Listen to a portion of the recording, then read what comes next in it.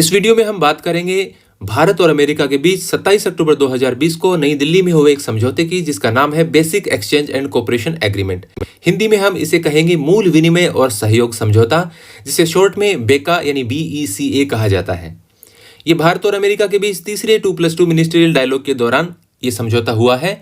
इस वीडियो में हम खासतौर से बात करेंगे कि आखिरकार ये समझौता है क्या, और इस समझौते में जो भूस्थानिक सूचनाएं साझा करने की बात है वो टेक्नोलॉजी क्या है, किस प्रकार से काम करती है, भारत को इस समझौते से क्या फायदे हैं, और इस समझौतों को लेकर जताई जा रही आशंकाओं का सच क्या है, और पूर्व में किए गए समझौतों के संदर्भ में इसको हम किस प्रकार से देख सकते हैं। तो भारत की ओर से इसमें भारत के रक्षा मंत्री राजनाथ सिंह और भारत के विदेश मंत्री एस जयशंकर ने भाग लिया।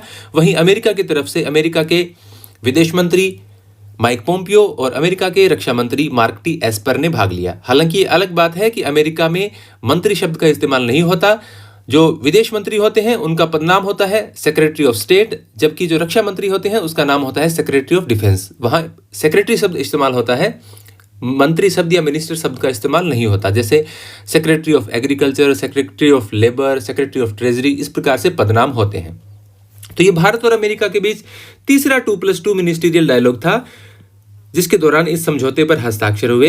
इससे पहले 2018 में पहले 2+2 मिनिस्टीरियल डायलॉग यानी मंत्री स्तरीय वार्ता की शुरुआत होती है। 2019 में वाशिंगटन में दूसरा मंत्री स्तरीय वार्तालाप होता है, और तीसरे मंत्री स्तरीय वार्तालाप 2+2 मिनिस्टीरियल डायलॉग के दौरान इस समझौते पर हस्ताक्षर हुए हैं।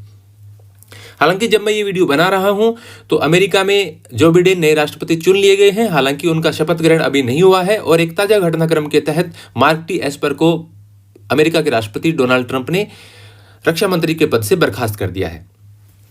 यह अमेरिकी रक्षा विभाग और भारतीय रक्षा मंत्रालय के बीच एक प्रकार का संचार समझौता है, यानी इससे सूचनाएं साझा की जा सकेंगी। किस प्रकार की वो सूचनाएं हैं?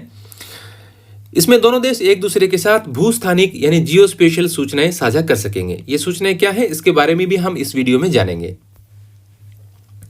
इसे भारत के रक्षा क्षेत्र के लिए एक अहम कदम माना जा रहा है, क्योंकि हमने देखा है कि पिछले दिनों चीन की आक्रामक और विस्तारवादी नीतियों के तहत भारत और चीन सीमा विवाद काफी उभर कर सामने आया है, और इसको देखते हुए भारत ने अमेरिका के साथ इस प्रकार का समझौता किया है।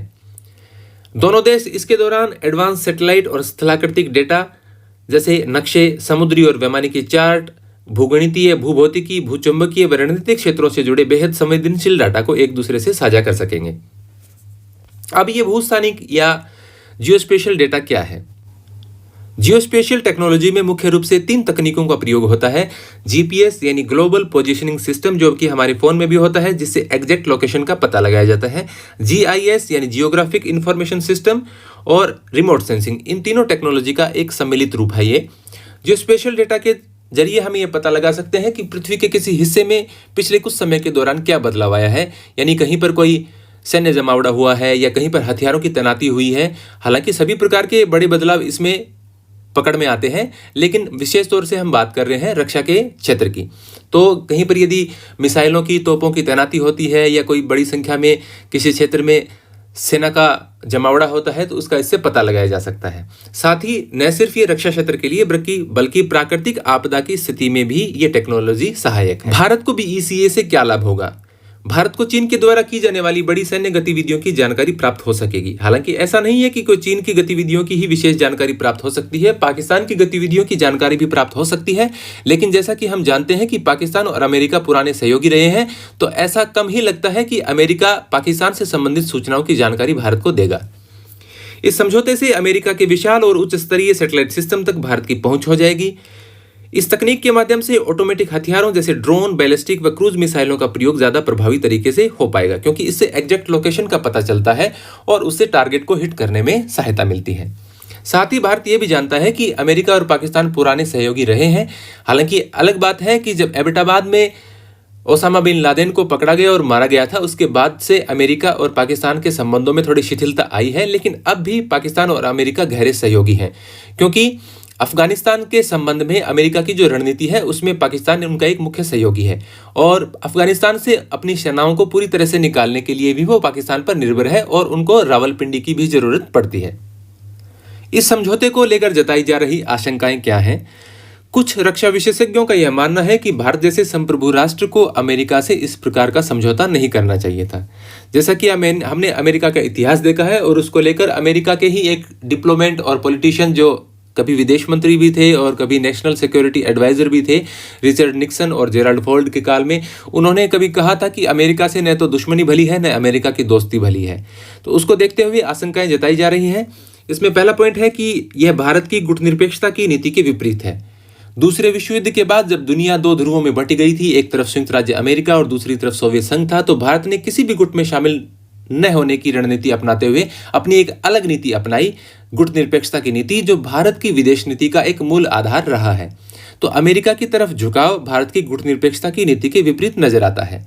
हालांकि इस प्रकार का झुकाव सोवियत संघ के प्रति या रूस के प्रति भी भारत का पिछले कुछ दशकों के दौरान देखने को मिला था। अमेरिका भूस्थानिक सूचनाएं उपलब्ध करवाने को बाध्य नहीं है। इस समझौते के तहत जो भूस्थानिक सूचनाएं उपलब्ध करवाने की बात हो रही है, अमेरिका उस प्रकार की सूचनाएं हर बार उपलब्ध करवाने को बाध्य नहीं है। जैसा कि हमें स्पष्ट नजर भी आ रहा है कि अमेरिका पाकिस्तान के संबंध में भारत को इस प्रकार की सूचनाएं उपलब्ध करवाने में हमेशा आनाकानी करेगा। भारत की सामरिक निर्णय क्षमता में अमेरिका की भागीदारी से संप्रभुता को खतरा। भारत की रक्षा से जुड़े इस प्रकार के मामलों में अमेरिका की सीधे तौर पर भागीदारी होती है, तो ये भारत जैसे संप्रभु राष्ट्र के लिए एक चुनौती है। भारत अमेरिका के विभिन्न मुद्दों पर भिन्न राय।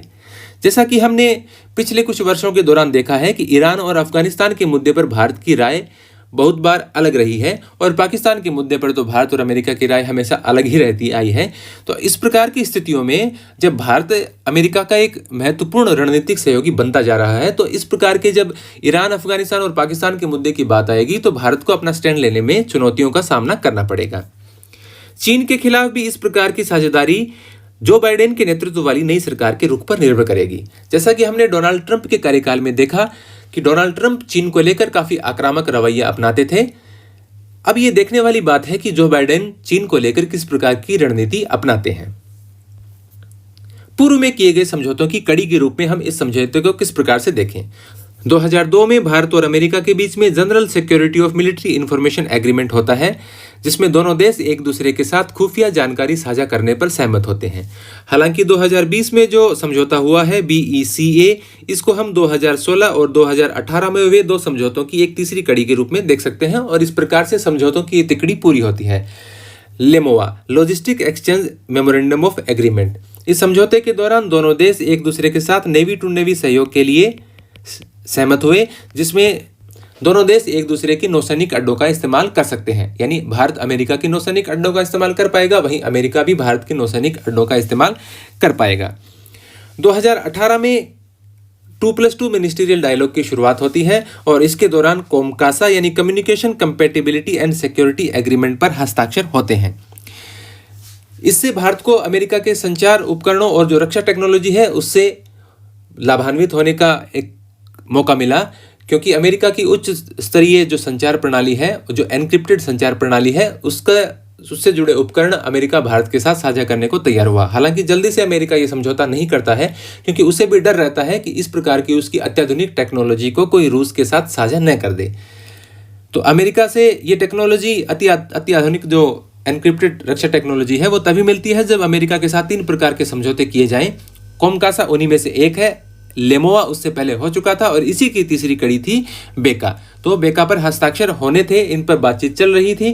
2+2 मिनिस्ट्रियल डायलॉग 2018 में शुरुआत हुई। 2019 में वाशिंगटन में दूसरे 2+2 मिनिस्ट्रियल वार्ता होती है और तीसरी वार्ता होती है नई दिल्ली में, जब BECA पर हस्ताक्षर होते हैं। और BEC है एक प्रकार से आप कह सकते हैं एयरफोर्स टू एयरफोर्स एक प्रकार का एग्रीमेंट है, जिसमें एक दूसरे के साथ सूचनाएं साझा करने की बात है। जो जियो स्पेशल डेटा है उसकी आधार पर सूचनाएं अमेरिका भारत को देगा, ऐसी सहमति हुई है। तो ये थी सारी जानकारी बेका को लेकर। उम्मीद करता हूं कि आपके लिए ये वीडियो लाभदायक होगा। वीडियो को लाइक जरूर कीजिए और यदि आप चैनल पर नए हैं तो चैनल को सब्सक्राइब जरूर कीजिए। मैं एंशिएंट हिस्ट्री के वीडियो इसी प्रकार से लाता रहूंगा आपके लिए, और बीच बीच में जैसे आज बनाया है करंट GK के भी कुछ टॉपिक्स को मैं कवर करता रहूंगा। धन्यवाद।